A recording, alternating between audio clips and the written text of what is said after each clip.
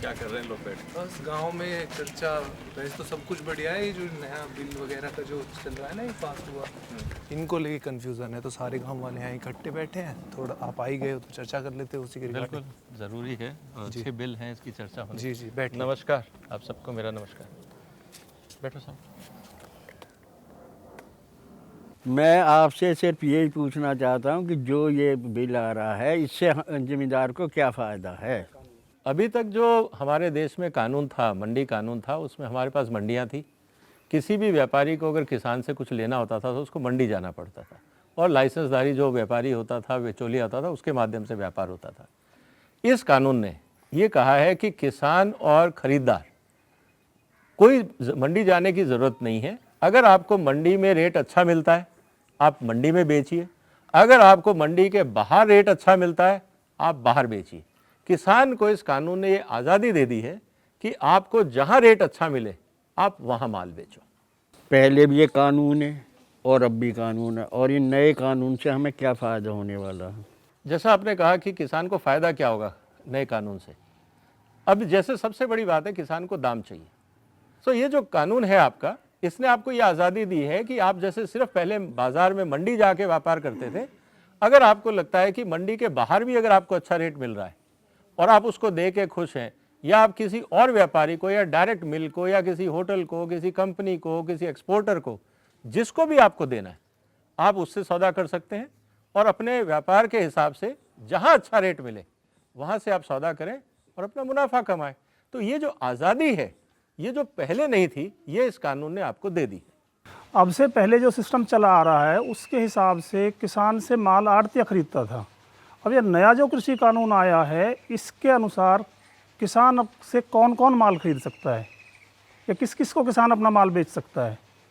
जैसा आपने कहा कि पहले हमें मंडी जाना पड़ता था, अब इस कानून के हिसाब से ये है कि आप जहाँ चाहे वहाँ व्यापार कर सकते हैं।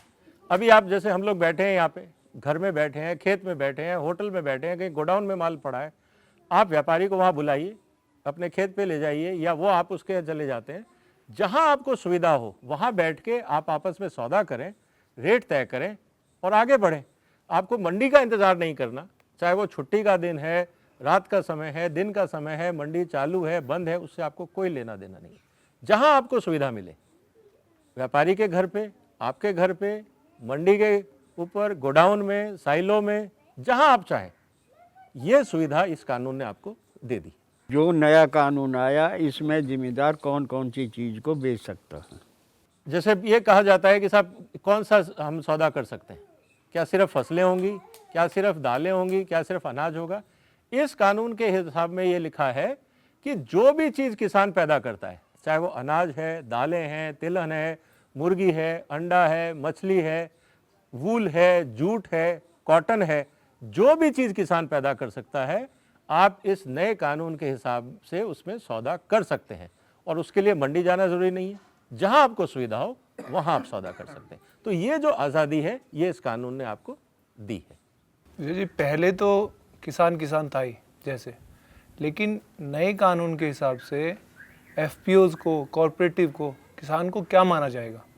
आपने जो पूछा कि पहले जो किसान की एक परिभाषा थी, नए कानून के हिसाब से किसान कौन है। नए कानून के हिसाब से जितनी भी किसान की संस्थाएं हैं, एफपीओज हैं, कोऑपरेटिव्स हैं, फार्मर ग्रुप्स हैं, इस कानून ने सबको किसान माना है। तो जो सुविधाएं किसानों को मिलेंगी, वही सुविधाएं जो किसान के ग्रुप्स हैं उनको मिलेंगी। तो इस नए कानून के हिसाब से किसान की संस्थाएं भी किसान ही मानी गई हैं। पहले मंडी सिस्टम में क्या होता था, लाइसेंस रहता था बंदे के पास, लेकिन अब जब नए कानून के हिसाब से आदमी या किसान अपना माल बेचेगा या लेके जाएगा, तो उसे कैसे पता चलेगा कि इसके पास लाइसेंस है नहीं है, कैसे किस हिसाब से बेचेगा। जैसा आपने कहा कि पहले तो लाइसेंस एक होता था मंडी में, लाइसेंस वाले के पास हम जाके व्यापार करते थे। अब क्या होगा, नए कानून के हिसाब से जिस भी इंसान के पास पैन कार्ड है वो आपसे डील कर सकता है, क्योंकि अगर कल को कोई विवाद होता है तो सरकार उसको कैसे पकड़ेगी। तो अब लाइसेंस तो है नहीं उसके पास, तो इसीलिए पैन कार्ड का प्रावधान किया गया है कि जो भी व्यापारी, जो भी खरीदार किसान से माल लेना चाहे, उसको अपना पैन कार्ड देना होगा। और अगर वो पैन कार्ड नहीं देता है तो उसमें एक सजाव का प्रावधान रखा गया है कि सरकार उस पर 5 लाख तक का जुर्माना लगा सकती है। तो ये एक छोटी सी कंडीशन इसमें डाली गई है ताकि किसान के साथ कोई धोखाधड़ी ना करे, और धोखाधड़ी करता है तो पकड़ा जाए, भाग ना जाए। अगर कोई व्यापारी पैन नंबर अपना नहीं देता है तो नए कानून के हिसाब से उस पर क्या कार्रवाई हो सकती है? बहुत ज़रूरी है ये पता लगाना कि किसने किसान से सामान लिया, जी। और इसीलिए कानून में प्रावधान है पैन नंबर का। अगर कोई व्यापारी पैन नंबर नहीं देता है, रसीद पे पैन नंबर नहीं लिखता है, तो ये कानून का उल्लंघन है जी। और ऐसे व्यापारियों के खिलाफ कानून के हिसाब से कार्रवाई हो सकती है, उस पर 5 लाख रुपए तक का जुर्माना भी हो सकता है। अच्छा अच्छा। और उसका पूरा पर्पज ये है कि हर तरह से हम किसान को सुरक्षित रखना चाहते हैं ताकि कोई किसान के साथ धोखाधड़ी ना कर सके। जब हम आड़ती के पास अनाज ले जाते हैं, बाजरा गेहूं जो भी ले जाते हैं, ये पैसा आड़ती हमको तुरंत दे देता था। अब सरकार जो नया कानून है, ये पैसा कब देगा?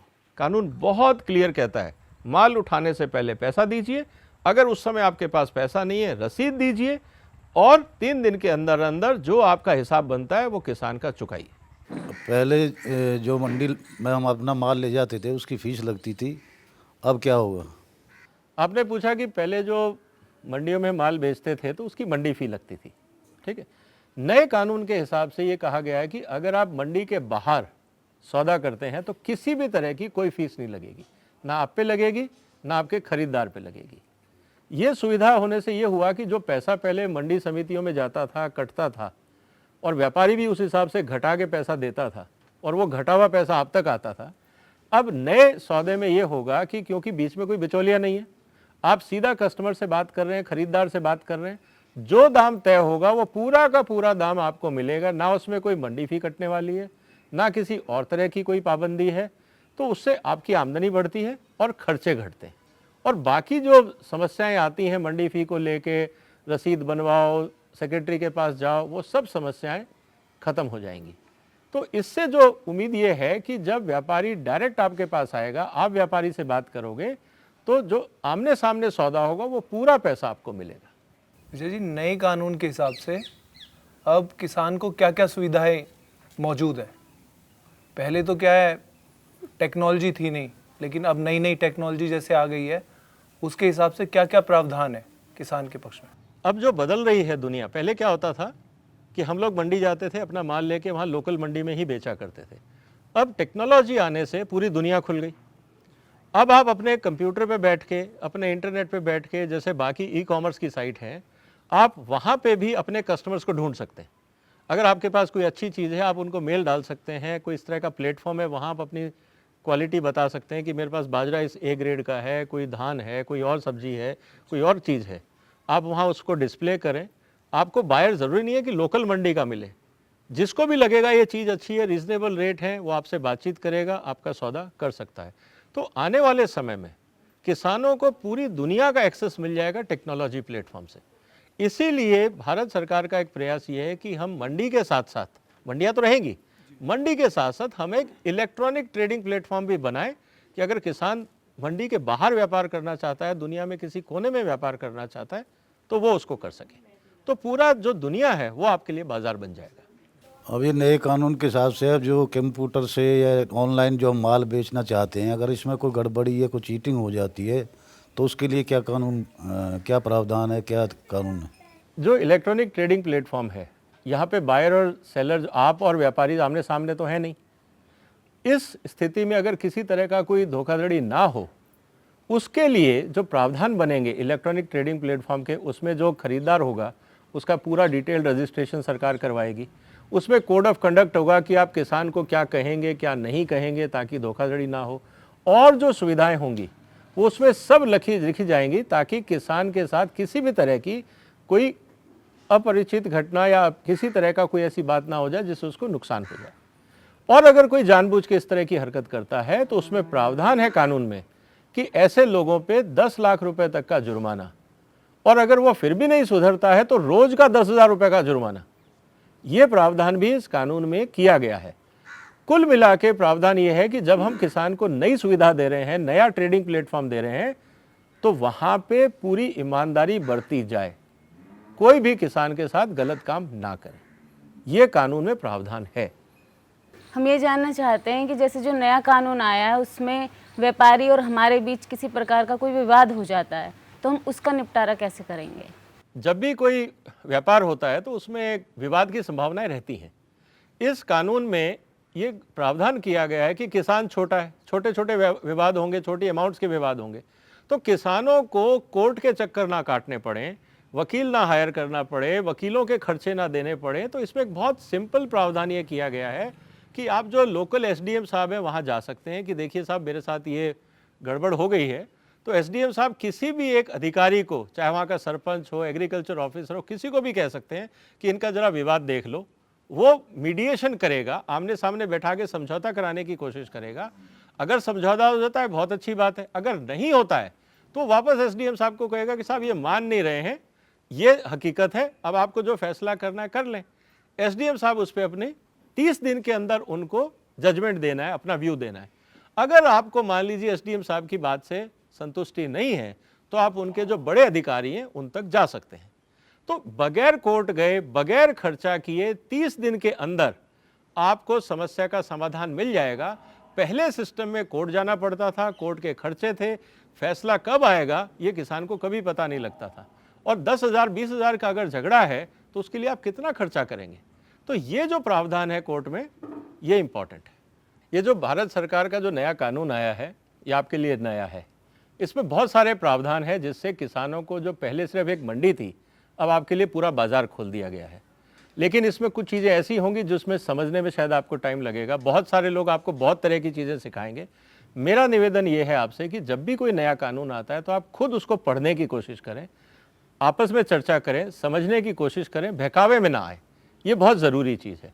और आने वाले समय में आप देखेंगे कि वक्त के साथ साथ चीज़ें सुधरेंगी और वो जो किसानों की समस्याएं हैं उन पे ध्यान दिया जाएगा। और आने वाले समय में सबका प्रयास यही है कि देश की खेती और किसान समृद्ध हो और आगे बढ़े। आप लोगों से मिले बहुत बहुत अच्छा लगा और बहुत बहुत धन्यवाद। आप लोगों ने टाइम दिया और बहुत अच्छी चर्चा रही, बहुत कुछ सीखने को मिला आप लोगों से। सौरभ, आपका भी धन्यवाद। फिर मिलेंगे, ठीक है। किसान भाइयों नमस्कार। अभी आपने हमारे किसान साथियों के साथ एक चर्चा सुनी। बहुत सारे महत्वपूर्ण सवाल निकल के आए। उनमें से कुछ के ऊपर मैं विस्तार से चर्चा करूंगा ताकि आपको इन सब सवालों के जवाब ढंग से समझ में आ जाएं। किसान भाइयों, अक्सर ये पूछा जाता है कानून की ज़रूरत क्या थी।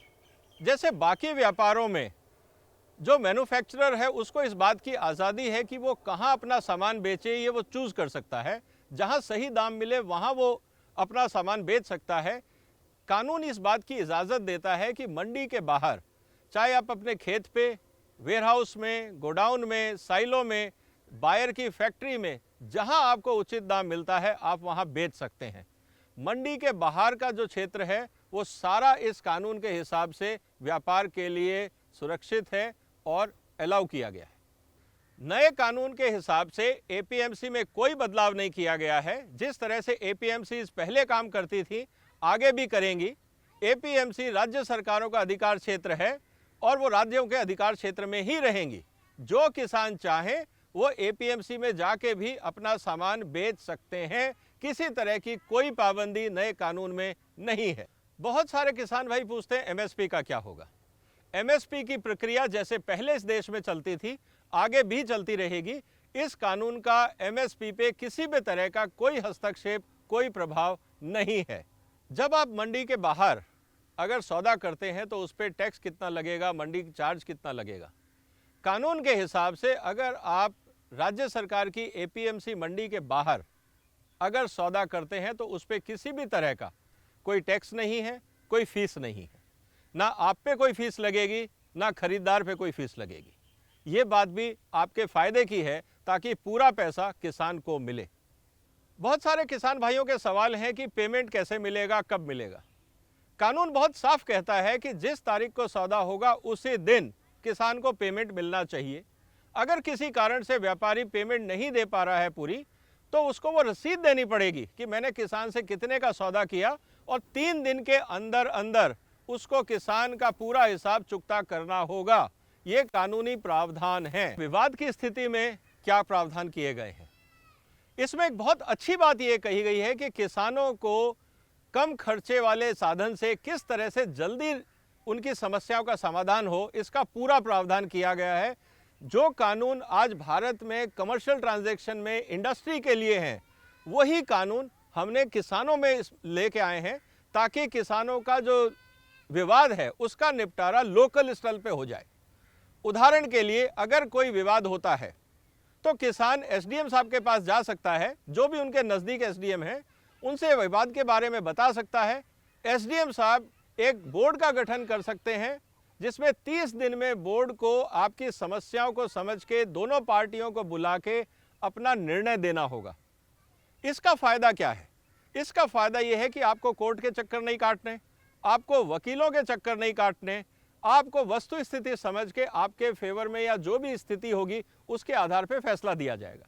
अगर कोई व्यापारी जानबूझ के किसानों को तंग करता है और मुद्दा एसडीएम साहब तक जाता है, और अगर वो फैसला व्यापारी के खिलाफ आता है, उसमें 25,000 रुपये से लेकर 5 लाख रुपए तक के पनिशमेंट का प्रावधान, फाइन का प्रावधान किया गया है, ताकि किसानों को दिक्कत ना हो और व्यापारी भी जानबूझ के किसानों को तंग ना करें। ये आज वस्तु स्थिति है।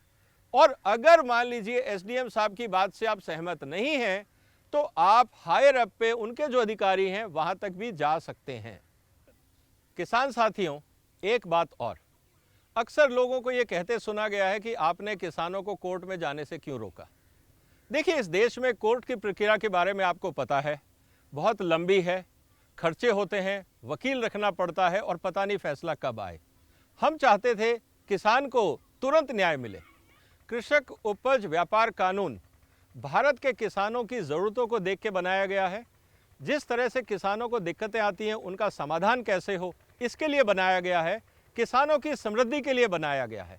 मेरा निवेदन है आप सबसे कि इस कानून को समझें, इसके प्रावधानों को समझें और इसका लाभ उठाएं।